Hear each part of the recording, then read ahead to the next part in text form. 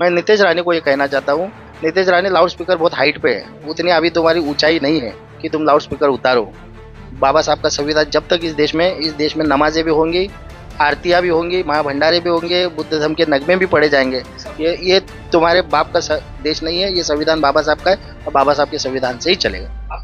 Hello friends, मैं हूं बैत और आप देख रहे हैं भिवंडी टाइम्स। आप सभी लोगों को बताता चलूं कि अभी अब 1 से 2 दिन ही रह गए हैं और वोटिंग होना है। अब विधानसभा का जो इलेक्शन है भिवंडी शहर में 20 तारीख को वोटिंग होनी है और 23 को उसका रिजल्ट है।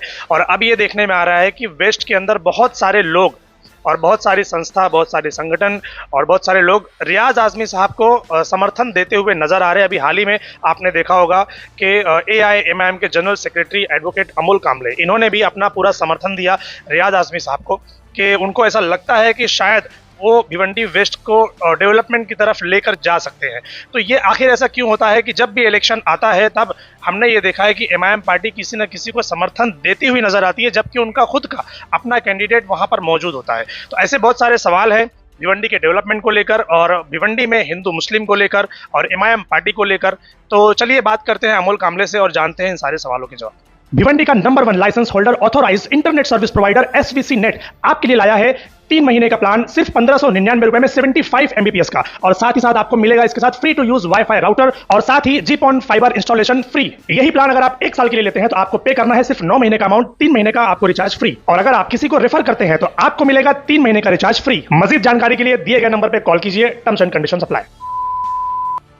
अमोल भाई, आपसे ये जानना चाहेंगे हम कि जिस तरीके से आपकी पार्टी ने अभी समर्थन दिया है रियाज आज़मी साहब को, तो क्या वजह है? पब्लिक वो जानना चाहती है कि वजह क्या है कि आखिर एआईएमआईएम हमेशा किसी भी इलेक्शन में किसी न किसी को समर्थन देते हुए नजर आती है, जबकि उनका खुद का कैंडिडेट रहता है। देखिए उबैद भाई, ऐसा है, इस बार का इलेक्शन थोड़ा अलग है।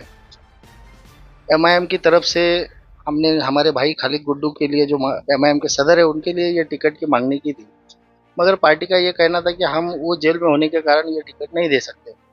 तो हमने उनको ये कहा था कि ठीक है, लेकिन हम यहाँ के लोकल अगर किसी कैंडिडेट को आप टिकट देते हो तो वो जीतने के ज़्यादा चांसेस है। मगर पार्टी ने वारिस पठान साहब को टिकट दिया। अब 29 तारीख से लेकर आज तक वारिस पठान साहब प्रचार में हैं, अलग अलग मोहल्ले में घूम रहे, जलसे कर रहे। अकबर भाई 2 बार आके गए, असद साहब आके गए 1 बार। बावजूद इसके भिवंडी में वो इसी चर्चा में वारिस पठान नहीं है। और देश में जो माहौल चल रहा है, भारतीय जनता पार्टी के लोग हो चाहे शिंदे के लोग हो, जो जिस तरह से बयानबाजी कर रहे हैं या हिंदू मुस्लिम के बीच में दरार पैदा करने की कोशिश कर रहे हैं, करीम नबी के बारे में गलत बयानी कर रहे हैं, तो सबसे पहला हमारा जो कॉन्स्टिट्यूशन को, भारत के संविधान को मानने वाले लोगों का ये काम बनता है कि जो जीत रहा है उसको जिताओ। जिस तरह से हमने देखा लोकसभा की, आपने बात की कि लोकसभा के अंदर भी बाला मामा को समर्थन, बाला मामा को पूरे मुस्लिम समाज के लोगों ने समर्थन दिया, हिंदू लोगों ने समर्थन दिया, क्योंकि वक्त ये था कि मोदी का अहंकार तोड़ना था। भारतीय जनता पार्टी का जो 400 पार का नारा था, इस देश की जनता जब ठान लेती है तो वो करती है। तो मेरा भी यही सोचना था, मैंने बहुत सोचा इसके बारे में कि इस तरफ से हम किसको जिता सकते हैं। देखिए दयानंद चौरगे साहब जो है वो भी कांग्रेस में से लड़ रहे, महाविकास आघाड़ी से, मगर वो उनको भी बाहर का कहा जा रहा है, जबकि वो हमारे ग्रामीण में ही रहते हैं। वारिस पठान तो मुंबई से आए तो उनके बारे में तो फिर बहुत दूर की बात हो जाती है। इसलिए हमने ये सोचा कि हमारे यहाँ का लोकल कौन है नेता, जिसकी छवि साफ हो, जिसके ऊपर कोई दाग ना हो, ऐसा कोई बेदाग नेता है और वो जीत भी सकता हो, हर तरह से सक्षम हो।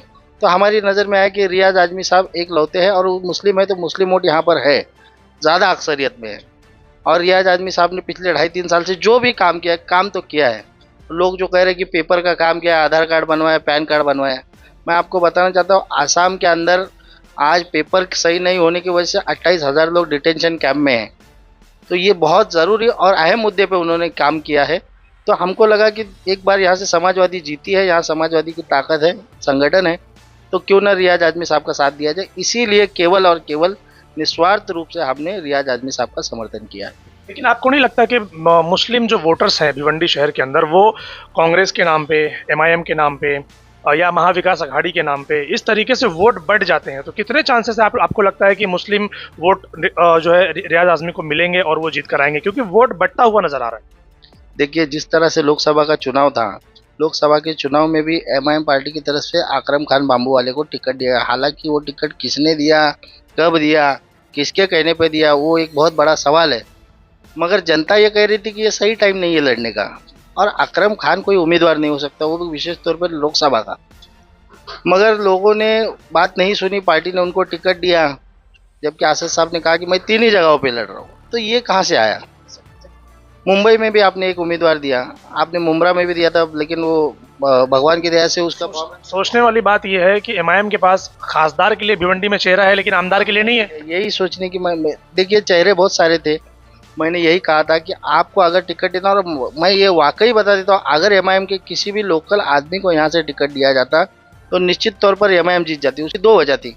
एक तो हमारे जो शहर अध्यक्ष थे खालिद गुड्डू साहब, वो 4.5 साल से जेल में हैं, उनका एक भाई, एक सिंपैथी वोट भी चलता, और लोगों को ये समझ में आता कि नहीं, पिछली बार अगर ये टक्कर दिया तो इस बार आगे बढ़ सकता है। तो खालिद गुड्डू और एमआईएम की ताकत मिलकर जो कैंडिडेट यहाँ से लोकल कोई भी कैंडिडेट दे देते तो निश्चित तौर पे उसको जीतना तय था।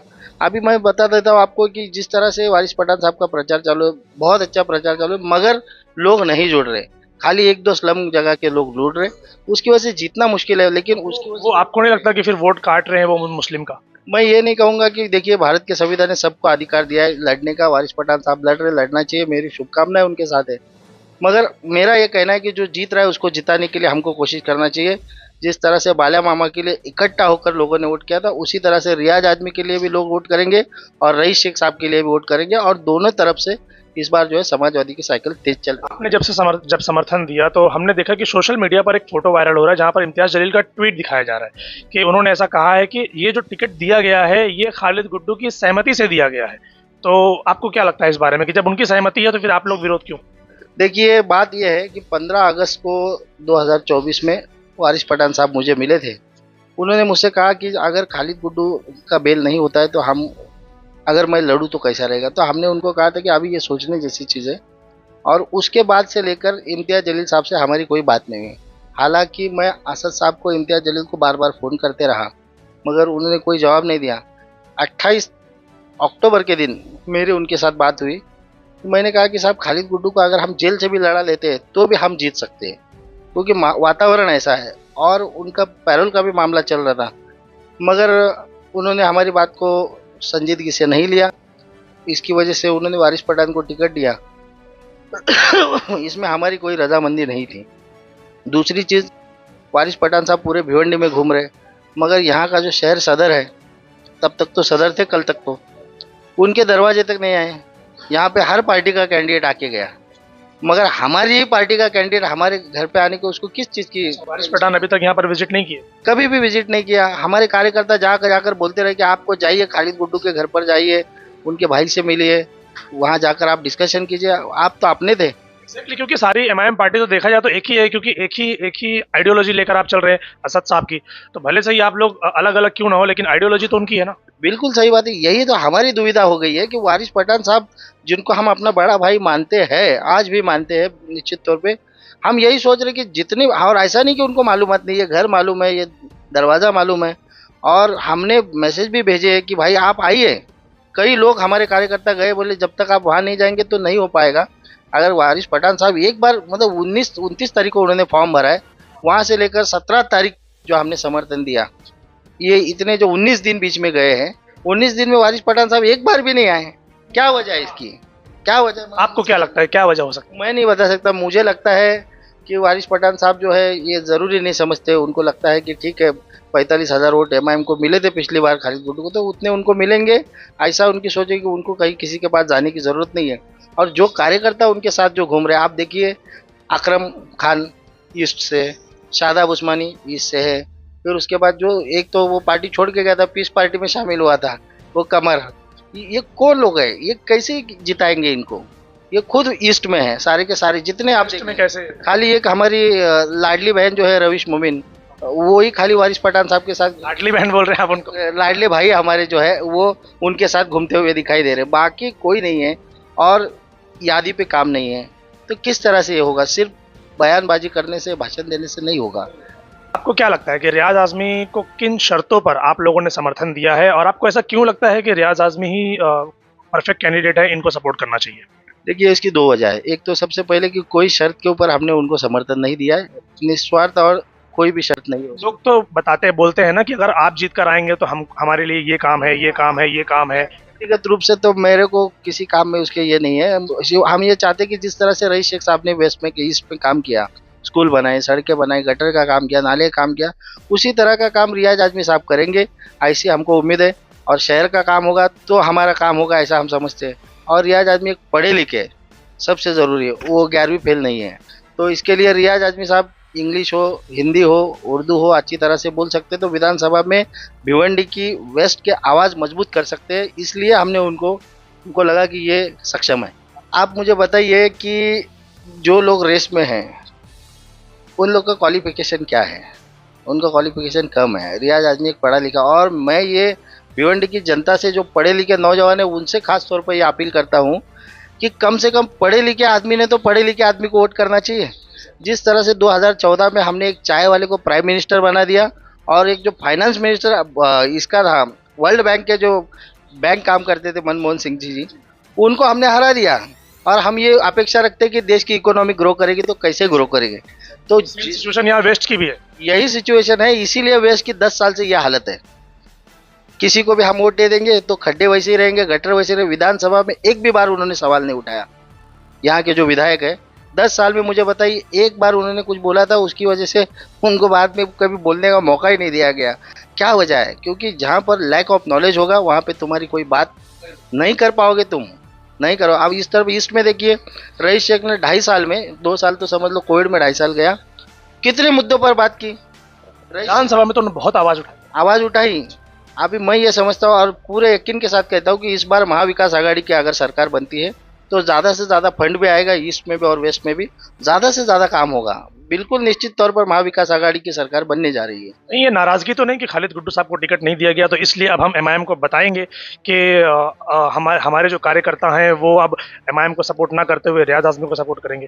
देखिए नाराजगी तो नहीं है? नाराजगी की कोई वजह नहीं है। ज़मीनी हकीकत आप भी रिपोर्टिंग करते हैं, और मैं भी एक पत्रकार रहा हूँ, जी न्यूज़ में मैंने काम किया है। ग्राउंड पे हम लोग हैं, दिन रात है, यहाँ पे रहते हैं, यहीं पैदा हुए, हमको यहाँ की रिपोर्ट समझ है। नाराजगी को कोई, देखिए आसद साहब ने, होता है ना कभी कभी पार्टी से जब खटास होती है तो आदमी बोलता है कि अब मैं तुझे बताऊंगा, इस तरीके से बातें होती है। इंसान है, इंसान को खुशी है, नाराजगी, ये सब तो जायज़ है। मगर हमारी नाराजगी आसद साहब से बिल्कुल नहीं है, क्योंकि आसद साहब ने हमारे लिए धोबी तलाव स्टेडियम से खालिद गुड्डू के लिए 20 मिनट बात की है। आसद साहब को मैं जब भी मिला हूँ मुझे गले लगाकर उन्होंने बात की है। वारिस पठान ने मेरे साथ खाना खाया। नाराजगी की कोई वजह नहीं है, बिल्कुल नहीं। इम्तियाज़ जलील साहब ने मुझे बहुत इज्जत दी, बहुत नाम दिया है, एमआईएम ने बहुत नाम दिया है। शहर में आज अगर अमोल कामले को जाना जाता है तो सिर्फ एमआईएम के नाम से जाना जाता है। मगर ग्राउंड पे चलो हम वारिस पठान का समर्थन भी करते हैं, मगर वो आज जीत के इसमें नहीं है।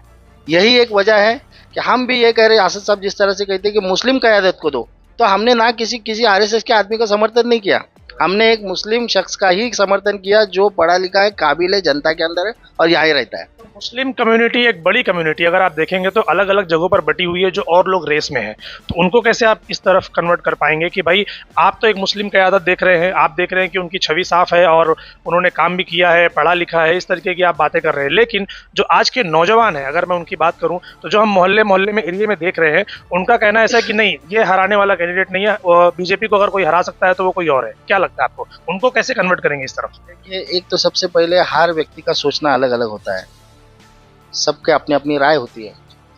मैं उनसे हाथ जोड़कर सिर्फ रिक्वेस्ट कर सकता हूं कि आप जिस तरह से भारतीय जनता पार्टी का नारा है, कटेंगे तो बटेंगे, निश्चित तौर पर अगर हमारे वोट कटेंगे तो वो बटेंगे, और वो बटेंगे तो सीधा सीधा उसका फ़ायदा जो है भारतीय जनता पार्टी को होगा। तो मुत्तहिदा तौर पे, जैसे अगर हम किसी गैर मुस्लिम का समर्थन करते हैं, तो मैं ये समझता हूँ अगर कल किसी भी तरह का, जैसे मॉब लिंचिंग का मसला हो गया, किसी बीप के वजह से मसला हो गया, जैसे अभी गणपति के जुलूस में झगड़ा हो गया था, किसी ने हमारी आवाज़ बुलंद नहीं की, तो मैं ये समझता हूँ कि यहाँ पर जो मुस्लिम क़यादत है उसको आगे बढ़कर हिस्सा लेकर उसको जिताने के लिए कोशिश करना चाहिए, ताकि कम से कम करीम नबी के बारे में अगर कोई गलत बयानी करता है तो कम से कम विधानसभा में कोई तो हो जो आवाज़ उठाए, कोई तो हो, और जो जीतने वाला हो। हम यही मुद्दे पर अगर हमारे वोट वेस्ट करेंगे तो नहीं हो पाएगा। वारिस पठान की मैं बात नहीं करता, लेकिन बाकी के जो 3 कैंडिडेट हैं, तो आपको तीन कैंडिडेट बाकी के बचते हैं, बीजेपी से बचते हैं, महाविकास अघाड़ी बचते हैं और अपक्ष जो है, तो पब्लिक आपको क्या लगता है ये क्या आवाज नहीं उठाने में सक्षम नहीं है कि भाई मुस्लिम के साथ जो होता है वो नाइंसाफी होती है, तो हम इनके साथ खड़े रहें? क्योंकि वोट तो सबको चाहिए, लेकिन बात कोई नहीं करता। अगर उनके अधिकार की बात करें, उनके हक की बात करें या धर्म की बात जब आती है, तो ऐसा देखने में आता है कि कोई सामने नहीं आता है, चाहे वो कांग्रेस हो, महाविकास अघाड़ी हो या भी, क्योंकि इतनी बड़ी बात हो गई थी अभी बीच में, लेकिन महाविकास अघाड़ी की तरफ से भी कोई देखने को नहीं मिला कि उनकी तरफ से कोई एक्टिविटी हो कि नहीं भाई ये गलत चीज हो रही है, इस पर रोक लगाई जानी चाहिए। ऐसा कुछ भी देखने को नहीं मिलता भिवंडी में। यही तो मैं कह रहा हूँ कि कब नहीं, जिसकी तकलीफ वही जानता है। अगर मुझे तकलीफ है तो उसका दर्द मुझे ही पता होगा। नबी के बारे में अगर किसी ने कुछ कहा है या कुछ बोला है, गलत बयानी की है, तो उसका दर्द मुसलमान से ज़्यादा कोई और नहीं समझेगा। आप उठाएंगे आवाज? देखिए, मैं तो बाबा साहब के संविधान को मानने वाला बाबा साहब का बेटा हूँ। मैं हर कम्युनिटी के लिए आवाज़ उठाऊँ, क्योंकि बाबा साहब ने कॉन्स्टिट्यूशन के अंदर लिखा है कि यहाँ इस देश के अंदर अगर टीका वाला रहता है तो दाढ़ी वाले को भी रहने का अधिकार है, बुद्धिस्ट को भी रहने का अधिकार है, जैन धर्म के जितने भी दीगर समाज है, जितने भी दीगर धर्म है। क्योंकि कॉन्स्टिट्यूशन की खूबसूरती यही है कि वो हर एक आदमी को उसके धर्म का पालन करने का अधिकार देता है, लेकिन इसकी इजाज़त नहीं देता है कि किसी और के धर्म के बारे में वो गलत सलत बयानी करें। इसलिए बाबा साहब का जो बच्चा होगा, कॉन्स्टिट्यूशन को मानने वाला जो बच्चा होगा, वो निश्चित तौर पर मैं ही नहीं, मैं तो हमारे जो दलित समाज के अम्बेडकर बाबा साहब को मानने वाले लोग हैं, उनको भी मैं ये गुजारिश करता हूँ कि आप ये सोचिए कि कॉन्स्टिट्यूशन, भारत का संविधान आज खतरे में है। बचाने के लिए मुत्तहिदा तौर पर भारतीय जनता पार्टी के खिलाफ में वोट करें। हम ये ना देखें कि वो किस तरह से हमारे साथ चल रहे हैं। मुझे बताइए, आज शिंदे साहब ने जो है, जो शिवसेना से बगावत की या गद्दारी की, जो भी किया, उन्होंने किस मुद्दे पे किया? उन्होंने कहा कि हम हिंदुत्व के लिए उनके साथ जा रहे हैं। तो हम क्या करेंगे फिर? जो बुद्धिस्ट है, जो गैर गैर हिंदू है, वो क्या करेंगे? हिंदुस्तान की खूबसूरती है ये कि सारे धर्म को एक साथ लेकर चला। संविधान ने सबको सबका अधिकार दिया है, इलेक्शन लड़ने का अधिकार दिया है, अपने अपने धर्म के हिसाब से चलने का, उसको फॉलो करने का अधिकार दिया है। अभी नीतीश रानी साहब क्या कह रहे हैं कि हम 23 तारीख के बाद देखते हैं लाउड स्पीकर कैसे हटाएंगे। मैं नीतीश रानी को ये कहना चाहता हूँ, नीतीश रानी, लाउड स्पीकर बहुत हाइट पे है, उतनी अभी तुम्हारी ऊंचाई नहीं है कि तुम लाउड स्पीकर उतारो। बाबा साहब का संविधान जब तक इस देश में नमाजें भी होंगी, आरतियां भी होंगी, महाभंडारे भी होंगे, बुद्ध धर्म के नगमे भी पढ़े जाएंगे। ये तुम्हारे बाप का देश नहीं है, ये संविधान बाबा साहब का है और बाबा साहब के संविधान से ही चलेगा। ये वेस्ट में मैं ये चाहता हूँ कि वेस्ट में ही ज्यादातर खिचड़ी बची हुई है कि, और कंफ्यूज है, मुस्लिम वोटर जो है कंफ्यूज है।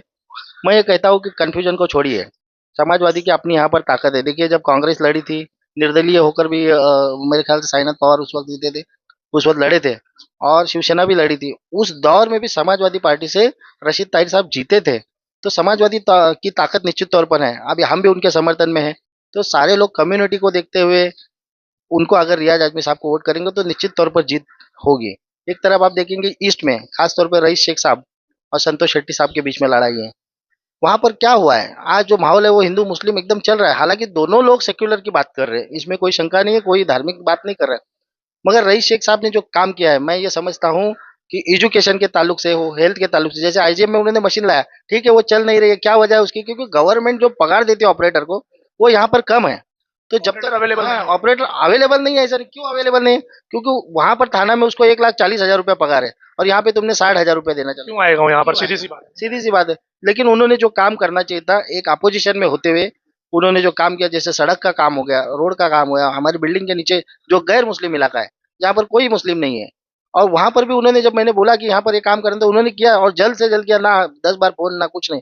ऐसे कई सारे इलाके, जैसे बुद्ध धर्म के ऊपर बुद्धिस्ट जो हमारे बुद्ध विहार है, उनके ऊपर पतरे लगाने का काम था, उनका रिकंस्ट्रक्शन का काम था, रईस शेख साहब ने किया है।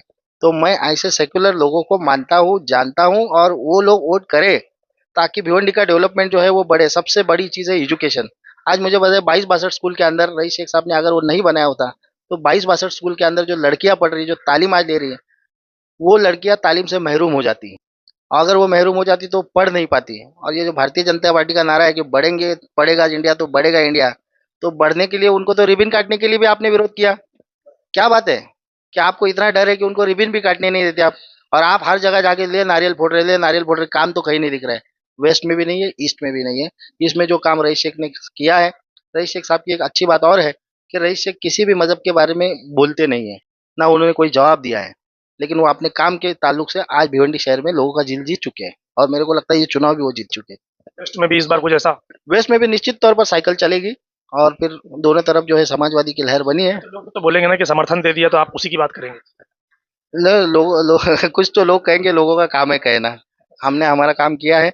अब जनता जनार्दन है, उनका फैसला आखिरी फैसला है।